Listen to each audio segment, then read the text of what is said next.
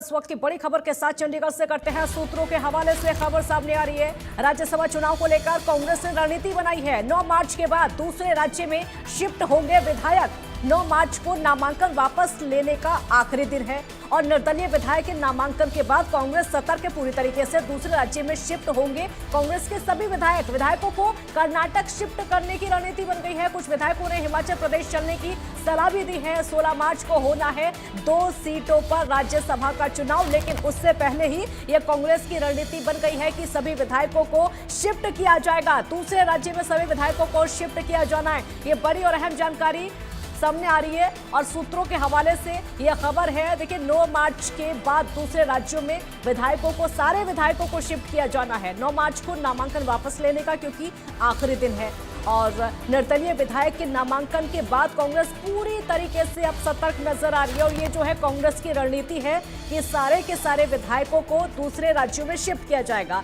ये बड़ी खबर सूत्रों के हवाले से हम आपको बता रहे हैं। राज्यसभा चुनाव को लेकर ये कांग्रेस की नई रणनीति है और कांग्रेस इस रणनीति को बना चुकी है। सभी विधायकों को लेकर ये रणनीति है। दूसरे राज्यों में कांग्रेस के विधायक शिफ्ट होंगे, सभी विधायकों को दूसरे राज्यों में शिफ्ट किया जाएगा। और ये जो राज्य है कर्नाटक का नाम सामने आ रहा है, कर्नाटक में शिफ्ट किया जा सकता है। हालांकि हिमाचल की भी सलाह दी जा रही है दूसरे राज्य में शिफ्ट होने को लेकर। तो कांग्रेस के जो सभी विधायक हैं उनको कर्नाटक में शिफ्ट किए जाने की रणनीति कांग्रेस की तरफ से बनाई जा रही है और वहीं हिमाचल प्रदेश में शिफ्ट करने की भी सलाह दी जा रही है। अब देखना होगा कि कहां पर शिफ्ट किया जाता है, कर्नाटक में या फिर हिमाचल में या फिर अलग अलग जगहों पर शिफ्ट किया जाएगा। लेकिन सभी विधायकों को शिफ्ट करने की जो रणनीति है कांग्रेस की तरफ से बनाई जा रही है। 9 मार्च के बाद इनको शिफ्ट कर दिया जाएगा।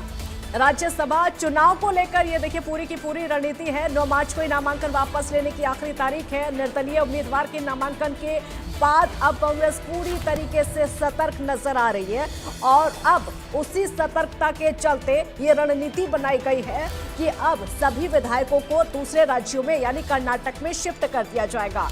बीच बीच में हिमाचल में शिफ्ट करने की जो सलाह है वो भी सामने आ रही है। अब देखना होगा कि कौन से राज्यों में शिफ्ट किया जाता है। हालांकि ये कोई पहली रणनीति नहीं, अब से पहले भी हम कांग्रेस में इस तरह की रणनीति देख चुके हैं। सभी विधायकों को शिफ्ट करना, एक जगह से दूसरे जगह पर शिफ्ट करना हम ऐसा राजस्थान में भी देख चुके हैं। उसके अलावा भी हम कई जगह पर ऐसी रणनीति कांग्रेस की देख चुके हैं और अब ये हरियाणा में भी देखने को मिलेगा, जहां राज्यसभा चुनाव को लेकर ये रणनीति कांग्रेस की तरफ से बनाई गई है।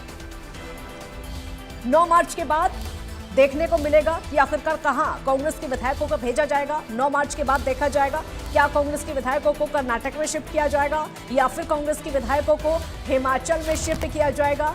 कहां पर इनको सेफ जोन नजर आता है, कौन सी जगह जो कि सुरक्षित नजर आ रही है, क्या कर्नाटक सुरक्षित नजर आएगा या फिर हिमाचल सुरक्षित नजर आएगा, जहां पर ये सभी विधायकों को रख सकते हैं। दूसरे राज्य में शिफ्ट करने की रणनीति पूरी तरीके से बन चुकी है। अब वो तारीख ज्यादा दूर नहीं है जब इन विधायकों को शिफ्ट किया जाएगा।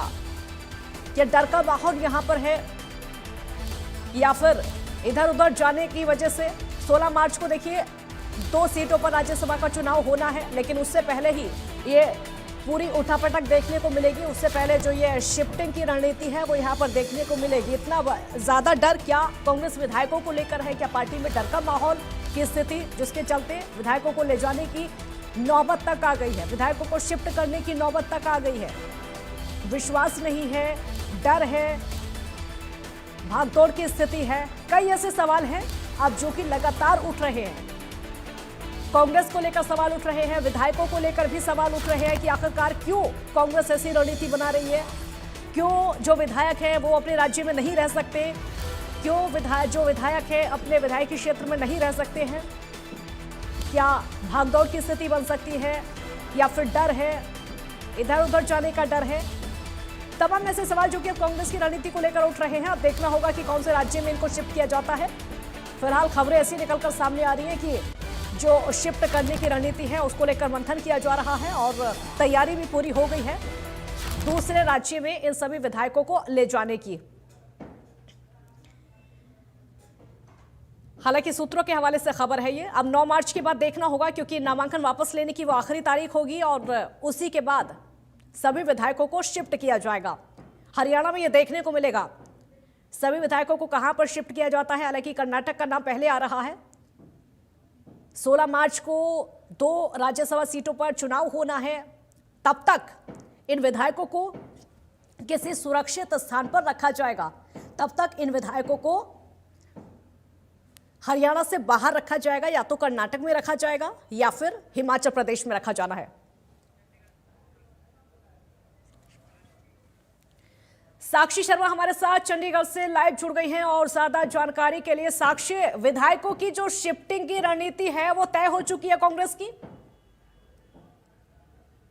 बिल्कुल, देखिए आपको बता दें, चूंकि राज्यसभा चुनाव में जैसे ही निर्दलीय उम्मीदवार की एंट्री हुई है, वैसे ही तमाम समीकरण जो है वो अब बदलते हुए नजर आ रहे हैं। आंखों के खेल के मुताबिक अगर देखें तो एक सीट बीजेपी और एक सीट कांग्रेस के पाले में जाती हुई नजर आती है। लेकिन निर्दलीय उम्मीदवार की एंट्री के साथ जहां बीजेपी की जो है वो तो सिक्योर है और संजय भाटिया का लगभग राज्यसभा में जाना तय माना जा रहा है, क्योंकि बीजेपी के पास कम से कम 17-18 सरप्लस वोट्स जो है वो मौजूद है। लेकिन कांग्रेस उम्मीदवार के राज्यसभा तक का जो सफर है उस पर फिलहाल खतरे की घंटी मंडरा रही है और 9 मार्च तक ये जो खतरा है ये बना रहेगा। और 9 मार्च तक जो है, क्योंकि नाम वापसी का, नॉमिनेशन वापस लेने तक का जो समय है वो शेड्यूल के मुताबिक है, और 9 मार्च के बाद अगर निर्दलीय उम्मीदवार अपना नामांकन वापस ले लेते हैं फिर तो कांग्रेस की करमवीर बौद्ध की जो सीट है, जिन्हें उम्मीदवार बनाया गया है, उन्हें कोई खतरा नहीं है, उनका राज्यसभा जाने में कोई